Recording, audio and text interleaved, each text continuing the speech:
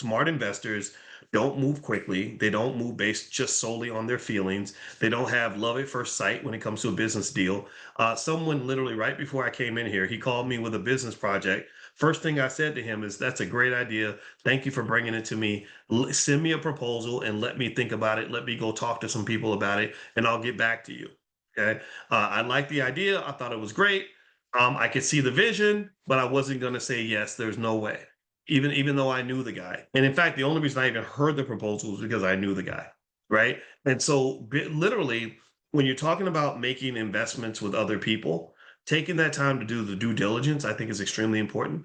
And so, when it came to the T app, I was like, yeah, I wonder if the people who were disappointed by these guys, I wonder if they did due diligence or if they assumed that because he's tall and handsome and speaks well and is a nice guy, that this is somebody that I should be spending a lot of time with, right? So due diligence is everything when it comes to investing. I encourage you to do that, and also as you build your family business meetings and stuff like that. I had a family business meeting with my siblings just last night. All we did is we hopped on the Zoom and we talked about family business issues. We said, okay, well, here's the money for this. We compared notes, like, okay, do you have that? Okay, I got this. All right, where's the paperwork for this? How do we set up that? What are we going to do about the house? Because we have a lot going on with our parents, right? In that transition.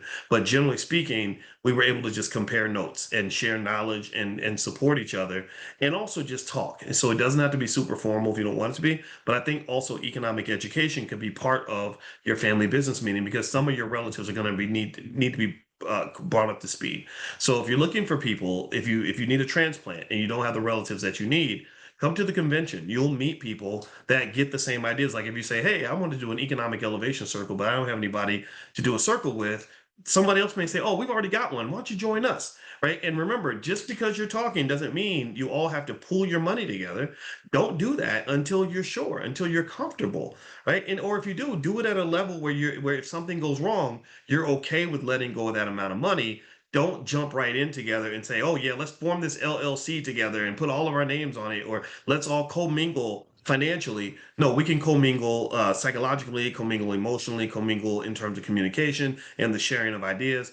Right now, we don't necessarily need to share money, but we can talk about our portfolios, and I can tell you how much I have in mine. You tell me how much you have in yours, because there's nothing about stock market investing that scales just because you're pulling your money together.